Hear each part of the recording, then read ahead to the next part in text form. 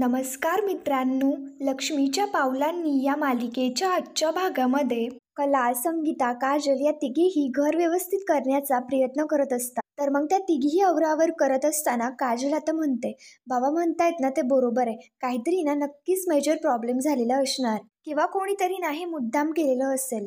याच्यावरती कला आता काजलला म्हणते, गुंड्या मला सुद्धा ना काहीच समजत नाहीये, कोणाच्या ध्यानीमनी नसताना सुद्धा हे घडलंय. कोणीही यावं आणि तोडफोड करून जावं याला काय अर्थ आहे. त्या तिथे असणाऱ्या विहिरीवरनं पाणी नेत असतात. तर मग पाणी नेत असताना तेवढ्यात तिथे खाली पाणी पडलेलं असतं आणि त्याच्यावरनं संगीताचा पाय घसरायला लागतो. काजल आणि कला दोघीही तिला पकडतात. काजल लगेच आता संगीतावरती ओढत म्हणते, "ए तुला समजत नाही का गं, आम्ही आहोत ना इथे आणि आम्ही करतोय ना." याच्यावरती संगीता आता लगेच काजलला म्हणते, ही काजू म्हणजे ना नुसता चिडका बिब्बा आहे. काजल आता म्हणत असते, म्हणजे काय तुला चिडू नको तर काय नाचू का? तुला जर काही झालं असतं, पडली असती, लागलं असतं तर काय करणार आहे आपण? संगीता काजलला म्हणत असते, लागलं नाहीये मला, बरी आहे मी. इथे थोडं सटकंती झालंय, तुम्ही पण पाणी भरताना जरा जपून. संगीता आता लगेच तिकडं निघून जाते. आत्ताचा हा घडलेला प्रकार पाहता काजल आता कलाला म्हणते, आपल्या आईबाबाचं ना वय झालंय, हे त्यांना असं मध्येच काहीतरी होतं ना हे आपल्याला बघवत नाही. हे दोघं सुद्धा ना अशी डेंजर कामं करतात आणि हाती काहीच लागत नाही. कधी कधी ना परिस्थिती आणखीनच बिघडते आणि आजच्या हल्ल्यानंतर ना काय करावं आणि काय नको करावं ना हेच समजत नाहीये. काजल आता कलाला विचारत असते की सांग ना आपण काय करूयात. याच्यावरती कला सुद्धा आता विचार करत असते आणि काजलला म्हणते, गुंड्या तू ना अजिबात टेन्शन नको घेऊ, यामधून नक्कीच काहीतरी मार्ग निघेल. कला आणि काजल दोघी आता पाणी भरू लागतात. इकडे दुसरीकडे अद्वैत आणि कलाचे बाबा दोघेही बसलेले असतात. तर अद्वैत कलाच्या बापांना म्हणतो की ती लोक अशी कशी करू शकतात आणि नेमकं त्या लोकांनी असं का केलं असेल. याच्यावरती कलाचे बाबा आता अद्वैतला सांगत असतात की ते लोक दरवेळी येतात आणि फक्त रागात एवढंच विचारतात की हप्ते का नाही भरले. पण ते फक्त एवढं बोलतात की जर हप्ते वेळेवरती नाही भरले तर तुमचं सामान जप्त करू. मागच्या वेळी आलते तेव्हा सुद्धा त्यांनी असंच केलं. कलेची गाडी सुद्धा त्यांनी उचलून नेली. अहो तिची ती स्कूटी लग्न झाल्यापासून इथंच होती ना, तर नेली त्यांनी उचलून. आता हे सगळं प्रकार पाहता अद्वैतचं तर आता डोकंच दुखायला लागलेलं असतं आणि अद्वैत तर डोक्याला हात लावूनच असतो. तर मग संगीता अद्वैतला पाहते आणि लगेच त्याला विचारते, जावई बापू काय झालं, डोसकं दुखतंय का तुमचं? अद्वैत म्हणतो, हो दुखतंय, अगदी बारीक बारीक, पण का दुखतंय काही कळत नाहीये. तर मग संगीता लगेच आता अद्वैतच्या डोक्याला बाम आणण्यासाठी जाते. आता हे सगळं पाहता कलाचे बाबा लगेच अद्वैतला सॉरी म्हणत असतात आणि अद्वैतची माफी मागत असतात की आमच्यामुळे तुम्हाला हे सगळं बघावं लागतंय, आमच्यामुळे तुम्हाला हा सगळा त्रास व्हायलाय. तर याच्यावरती आता अद्वैत म्हणतो, अहो त्रास कसला, काही नाही होते मला. तेवढ्यात लगेच तिथे काजल आणि कला दोघीही येतात. अद्वैतला आता काय करावं काही समजत नसतं. तर मग आता अद्वैत लगेच पोलिसांना फोन लावतो. मग त्याच्यानंतर अद्वैत फोन लावताच पोलिसांना म्हणतो की मी अद्वैत चांदेकर बोलतोय आणि एक खूप सिरियस मॅटर घडलाय. मिस्टर दिनकर खरे म्हणून आहेत, त्यांच्या घरी काही माणसं घुसली होती आणि त्यांनी बरीचशी नासधूस आणि तोडफोड सुद्धा केली आहे. मी पतसंस्थेच्या अध्यक्षांना फोन लावला होता, पण मात्र त्यांच्या म्हणण्यानुसार खरेंनी आधीच 2 हप्ते फेडलेले आहेत. पण तरी सुद्धा नेमकं ती माणसं का घुसली होती घरात आणि त्यांनी तोडफोड का केली हे कळत नाहीये. अद्वैत आता त्याच्यानंतर फोन ठेवून देतो आणि मग अद्वैत म्हणतो की पोलिसांचं असं म्हणणं आहे की ते माणसं नेमकं कोण आहे त्याची ओळख झाल्याशिवाय ते तपास सुरू करू नाही शकत. म्हणजे काय माहिती का, तुम्ही आठवून बघण्याचा प्रयत्न करा ती माणसं एक्झॅक्ट कोण होती आणि त्या माणसांबरोबर तुमचं काही वैर वगैरे होतं का. तर मग संगीता आणि कलाचे बाबा लगेच आता आठवण्याचा प्रयत्न करू लागतात की त्यांची कोणाशी दुश्मनी वगैरे किंवा भांडण वगैरे झालं होतं का. आता संगीता म्हणू लागते, काहीच नाही समजत आहे, ते आले तेव्हा आम्ही इतके गांगरून गेलो की ते माणसं कोण होते काय होते काहीच नाही कळत आहे. आल्या आल्या नासधूस करायला लागले आणि त्यातच आम्ही राहिलो. अद्वैत आता म्हणत असतो, पण मात्र पोलिसांनी तपास कसा करायचा. ठीक आहे आपण बघूयात. अद्वैतच्या मोबाईलला चार्जिंग राहिलेली नसते, त्याच्यामुळे अद्वैत आता फोन चार्जिंगला लावू लागतो. अद्वैत फोन चार्जिंगला लावतो आणि बटन सुरू करायला लागतो. पण तेवढ्यातच लगेच अद्वैतच्या बोटाला शॉक बसतो आणि अद्वैत मोठ्याने ओरडतो. सगळेच आता लगेच अद्वैतकडे आश्चर्याने पाहू लागतात. आता संगीता विचारत असते काय झालं. याच्यावरती अद्वैत सांगतो, मी इथे माझा मोबाईल चार्जिंगला लावायला आलो होतो, बटन ऑन करायला लागलो तर मला डायरेक्ट शॉक बसला. तर मग अद्वैतचंही बोलणं पाहता कला लगेच गालातल्या गालात हसायला लागते. कला लगेच आता स्वतःशीच विचार करत म्हणते, एवढासा तर शॉक बसलाय आणि ओरडतो असा की जणू काय त्याच्या अंगावरती वीजच पडली. आता कलाचे बाबा म्हणत असतात की फक्त मोबाईल चार्जिंगलाच लावायचा होता ना, काजलने लावला असता की. काजल लगेच आता अद्वैतचा मोबाईल घेते आणि आतमध्ये मोबाईल चार्जिंगला लावण्यासाठी घेऊन जाते. त्याच्यानंतर अद्वैत आता म्हणतो, पण मला समजत नाही की मला असा अचानक शॉक कसा काय बसला. म्हणजे त्या शॉकेटचा काही प्रॉब्लेम आहे का? कलाचे बाबा आता म्हणू लागतात, काय माहिती का त्या वायरी बाहेर आल्यात आणि तिथला पाईप सुद्धा फुटलाय. पाणी गळतंय तिकडनं, ते बदलून घ्यावं लागल. अद्वैत आता लगेच ओरडत म्हणू लागतो, अहो काय चाललंय नेमकं हे? हे ना खूप डेंजरस आहे. असं इलेक्ट्रिक शॉकेटमध्ये जर पाणी शिरत असेल ना, तर ते खूप डेंजरस आहे. याचा आपल्याला धोका होऊ शकतो. अद्वैतचं आता हे बोलणं पाहता कला लगेच अद्वैतला म्हणते, एक साधा छोटा शॉक बसला तर एवढं करतोयस, असं करतोयस की जणू काही सगळं शॉर्ट सर्किटच झालंय. अद्वैत आता म्हणत असतो, हे बघ तू शांत बस, मी तुझ्याशी बोलतच नाहीये, मी तुझ्या बाबांशी बोलतोय. आता याच्यावरती कला म्हणते, म्हणजे तू आमच्या बाबांशी बोलतोयस आणि मग आम्ही काय कान बंद करून घ्यायचं का? कलाचं आत्ताचं हे बोलणं पाहता संगीता लगेच कलाला शांत करत म्हणते, कले तू शांत हो, उगाच शब्दाला शब्द ना देऊ नकोस. तू आज चल बरं माझ्याबरोबर. संगीता लगेच कलाला तिकडनं घेऊन जाते आणि कलाचे बाबा अद्वैतला तिथे सोप्यावरती शांतपणे बसवतात. आता अद्वैत कलाच्या बाबांना म्हणू लागतो की तुम्हाला त्या बोर्डचं ना नक्कीच काहीतरी करावं लागेल. जसं होत असेल ना तर हे रिस्की आहे. त्याच्यामुळे कोणाला काहीही इजा होऊ शकते.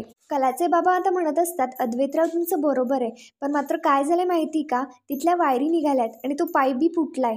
तर तो पाईप आता बदलायचं म्हटलं ना तर घरातली सगळीच पाईपलाईन बदलावी लागेल. त्याच्यामुळे खर्चाचा लई मोठा प्रॉब्लेम आहे ना, म्हणून राहिलंय. त्याच्यानंतर तेवढ्यात आता संगीता अद्वैतसाठी जेवण घेऊन येते आणि अद्वैतला जेवणाचं ताट वाढत म्हणते, जावे बापू तुम्ही जेवण करून घ्या, कारण आम्ही इथलं सगळं आवरू, पण मात्र हे आमच्या घरचं ना रोजचंच आहे. फक्त तुमची ना जेवणाची वेळ नको चुकायला, जेवण घ्या तुम्ही. अद्वैत लगेच आता जेवण करू लागतो, पण मात्र अद्वैतला लगेच मागे घडलेला प्रकार आठवतो की जेव्हा अद्वैत जेवण करत होता तेव्हा खूप बायका त्याच्या आजूबाजूला होत्या आणि अद्वैतची ती सगळी गंमत पाहत होत्या. कला लगेच आता अद्वैतला म्हणते, चांदेकर जेव शांतपणे, कोणी नाहीये तुला इकडे बघायला, होऊ दे तुझं निवांत. अद्वैत आता जेवण करू लागतो, पण मात्र तेवढ्यात लगेच आता संगीता म्हणते, जावे बापू तुम्हाला काय हवंय ना मला सांगा. त्याच्यानंतर अद्वैत आता शांतपणे जेवत असतो. त्याच्यानंतर कला आता तिच्या आईला म्हणते, अगं आई मला आजोबांनी यावर्षी सुद्धा देवी आईची मूर्ती घडवायला सांगितली आहे. हे ऐकल्यानंतर तर संगीताला सुद्धा आता खूप आनंद होतो. संगीता म्हणत असते, त्या मूर्तीचं दर्शन घेण्यासाठी लोक आपला जीव टाकतात, पण मात्र तुला ती मूर्ती बनवायची संधी मिळाली, तीही सलग 2 वर्ष. खूप भाग्य आहे ग तुझं. तेवढ्यात रॉकेट येतो. कलाने रॉकेटला काहीतरी सामान आणायला सांगितलं असतं, तर मग संगीता विचारते हे काय. याच्यावरती कला सांगते, अगं आजचा दिवस मी इथेच आहे आणि आजचा दिवस मला वाया नव्हता घालायचा, म्हणूनच मी हे सामान आणायला सांगितलं. त्याच्यानंतर रॉकेट, कला, काजल, कलाचे बाबा सगळेच आता हे करत इकडे सगळं सामान आवरत असतात. संगीता सुद्धा आता अद्वैतला ते सगळं सामान आवरून आवरून सगळे एक एक करत इथलं सगळं सामान आवरून ठेवत असतात. तर अद्वैतचं जेवण होतं आणि अद्वैत ताट ठेवण्यासाठी इकडे किचनमध्ये येतो. तर मग आता अद्वैत बेसिकमध्ये हात धुणार असतो, तर मग संगीता लगेच अद्वैतला थांबवते आणि अद्वैतला म्हणते, जावे बापू तुम्हाला हात धुवायचेत ना, पण मात्र तिथला नळ ना गळतो आणि इकडे सगळं पाणी पाणी होतं. तुम्हाला हातच धुवायचे ना, तुम्ही तिकडे पलीकडे जा. कला सुद्धा तिथेच आलेली असते आणि ती सगळं अद्वैत व संगीताचं बोलणं ऐकत असते. त्याच्यानंतर संगीता आता कलाला अद्वैतला हात धुण्यासाठी घेऊन जायला सांगते. कला आणि अद्वैत दोघी आता बाहेर येतात, पण मात्र तेवढ्यात अद्वैतच्या पायाला ओलं लागतं. अद्वैतला काय लगेच आता ओरडत म्हणतो, काय या घरामध्ये नुसते सगळे प्रॉब्लेम्सच आहेत. अगं काय माहिती का, माझे तळपाय खराब झालेले ना मला आवडत नाही. त्याच्यानंतर आता अद्वैत म्हणत असतो, निदान ते स्लीपर्स तरी ठेवायचे. याच्यावरती कला लगेच अद्वैतला हसत म्हणते की चांदेकर कसं आहे माहिती का, आमच्या घरी ना याला सगळे चोचले म्हणतात. अद्वैत आता म्हणत असतो, कसले चोचले ग? एखादा माणूस आला, पाय घसरून पडला, एवढं सुद्धा बेसिक सेन्स नाही का तुला? आल्यापासून बघतोय सगळीकडे ना बेसिक प्रॉब्लेम असत. याच्यावरती कला आता म्हणते, हे बघ हे माझं घर आहे, त्याच्यामुळे याच्यावरती टीका करणं ना त्याच्यात बंद कर. आणि चांदेकर कसं आहे माहिती का, मी या घरामध्ये लहानाची मोठी झाली आहे. तुमचं जे चांदेकर मॅन्शन आहे ना ते 1000त 1 आहे.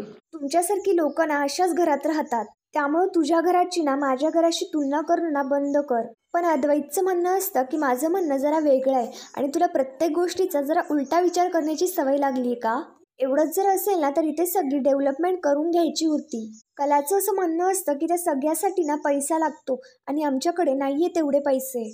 त्यामुळे आम्हाला हे सगळं ॲडजस्ट करावंच लागतं. हे बघ तुला नसेल थांबायचं ना तू गेलास तरी चालेल. अद्वैत लगेच आता बोलता बोलता बोलून जातो की जाणारच आहे मी, आणि तसं सुद्धा या खंडरमध्ये थांबायची ना माझी अजिबात इच्छा नाहीये. आणि तू गोष्ट ना मान्य कर की तुमचं घर साधं नीटनेटकं सुद्धा नाहीये. याच्यावरती कला आता म्हणते, मी का मान्य करू, नाही करणार मी मान्य. कारण कसं आहे माहिती का, आमचं घर ना स्वच्छ आहे आणि आम्ही स्वच्छ राहतो. पण तुझी नीटनेटकीपणाची ना नेमकं काय व्याख्या आहे ना ते तुलाच माहिती. तुला माझ्या घरात नाही थांबायचं आहे ना, नको थांबू. आत्ताच्या आत्ता लगेच जा. अद्वैत आता म्हणतो की हात धुऊ दे, जाणारच आहे घरी. अद्वैत आता हात धुवू लागतो तर कला लगेच आता बाजूला असताना ती स्वतःशीच अद्वैतकडे म्हणते, इतका माज आहे ना या माणसाला श्रीमंतीचा, खूप चोचले करतो. आपलं म्हणजे चांगलं आणि दुसऱ्याचं वाईट असंच समजतं याला. त्याच्यानंतर ते दोघेही घरामध्ये येतात. तर मग आता कला लगेच तिच्या बाबांना म्हणते की बाबा हा घरी चाललाय, मी थांबते इथे. कलाचे बाबा आता म्हणतात, हे बघ कले, तू जरी गेली ना तरी सुद्धा चालेल, कारण इथलं सगळं आवरलंय. संगीता सुद्धा कलाला म्हणत असते, तुझे बाबा ना बरोबर बोलतायत. तू घरी जा, तुला कामं सुद्धा आटपायची आहेत आणि देवीची मूर्ती सुद्धा घडवायची आहे. तू जेवण कर आणि घरी जा. याच्यावरती कला आता म्हणत असते, आई अगं आत्ता मला भूक नाहीये, मी नंतर खाते काहीतरी. कलाचं असं म्हणणं असतं की आम्ही गेल्यानंतर ती माणसं परत आली आणि परत त्यांनी असं काही केलं तर त्याच्यापेक्षा नकोच, मी थांबते इथे. त्याला जायचंय ना तर त्याला जाऊ दे. तर मग आता अद्वैत लगेच आता इकडे स्वतःशीच विचार करत म्हणतो, मी जर या सिच्युएशनमध्ये या अति आगाऊला जर इथेच सोडून गेलो ना तर आबा परत माझ्यावरती ओरडतील. नंतर ही आबांना तिखट मीठ लावून सगळं काही सांगणार. त्याच्यापेक्षा मी थांबतो जरा वेळ इथेच. आणि तसंही ही कशी बरोबर आहे, मी कसा चूक आहे हीच शोधत असते ही. त्याच्यानंतर आता कला अद्वैतला म्हणते, चांदेकर तू निघतोयस ना. याच्यावरती आता अद्वैत म्हणतो, नाही नाही, मी थांबतो इथे थोडा वेळ. त्याच्यानंतर अद्वैत आता तिथेच शांतपणे बसतो. त्याच्यानंतर अद्वैतचं डोकं दुखत असतं. त्याच्यामुळे संगीता आता अद्वैतला म्हणते, जावई बापू जरा जास्तच डोकं दुखतंय ना, मी तुम्हाला गोळी देते, नाहीतर तुम्ही जरा वेळ पडा. याच्यावरती आता कला लगेच संगीतावरती ओढत म्हणते, अगं आई तू काय बघतीयस, त्याचं त्याला काय करायचं तो बघेल ना. त्याचं ना फक्त डोकं दुखतंय, डोकं चालणं नाही बंद झालं. संगीता लगेच म्हणते, अगं कले काही काय बोलतीयस ग, हे बघ ते आमचे जावई बापू आहेत आणि त्यांना काहीही बोललेलं मला चालणार नाही. अद्वैत आता म्हणत असतो, अहो काही बोलून ना उपयोगच नाहीये, नॉनस्टॉप नुसती बोलत असते मला, मी सहन करायला शिकतोय हळूहळू. अद्वैत लगेच आता स्वतःशीच विचार करत म्हणतो, हे बघ हे खरे, हे जरी तुझे आई वडील असले ना तरी यांच्यासमोर तू मला तोंडावर पाडूच शकत नाहीस. अद्वैतचं आता खूपच डोकं दुखत असतं. अद्वैत आता म्हणतो, तुमच्याकडे एखादी पेनकिलर असली तर द्या मला, गोळी घेतो आणि जरा वेळ रेस्ट करतो. तर मग संगीता लगेच आता अद्वैतला तिकडनं घेऊन जाते. संगीता अद्वैतला रूममध्ये घेऊन येते, त्याला गोळी देते आणि त्याला आराम करायला सांगते. अद्वैत त्याचा मोबाईल पाहतच असतो. तेवढ्यात लगेच अद्वैतच्या मोबाईलवरती सरोजचा फोन येतो आणि सरोज लगेच आता अद्वैतवरती ओढत म्हणते, अद्वैत तुझं नेमकं चाललंय तरी काय. प्रत्येक गोष्टीमध्ये एवढा पर्टिक्युलर असतोस तू, तडजोड सुद्धा करायची नसते तुला. मग तू आता त्या मुलीच्या मागे मागे का करतोयस. तुला काय तुझी कामं नाहीये, ऑफिस नाहीये का. अरे स्वतःच्या चॉईसने सुद्धा लग्न करणारे माणसं आपल्या बायकोच्या मागे एवढं करत नाहीत. अद्वैत सरोजला सांगण्याचा प्रयत्न करत असतो, पण सरोज काय अद्वैतचं काहीही म्हणणं ऐकून घेत नसते. आता सरोज अद्वैतवरती ओढत म्हणते, मला तुझ्याशी खूप महत्त्वाचं बोलायचं होतं, आपला अकाउंट कॅरी होत नाहीये, आजच्या आज ते सगळं कॅरी झालं पाहिजे, मी केव्हाची थांबली त्यासाठी. अद्वैत आता सरोजला म्हणतो, आई मी निघणारच होतो, पण मात्र इथे जरा ना पॅनिक सिच्युएशन आहे. खरेच्या घरी काहीतरी अनोळखी माणसं आली आणि त्यांनी घरात घुसून तोडफोड केली. त्याच्यामुळे खरेला इथे थांबावं लागतंय आणि तिच्यामुळे मला. मी निघणारच होतो आणि कळलं सुद्धा नाही की ते कोणी केलंय. तर मग सरोज लगेच आता ओरडत म्हणते, काहीही झालं असेल पण तुला त्याच्याशी करायचंय तरी काय.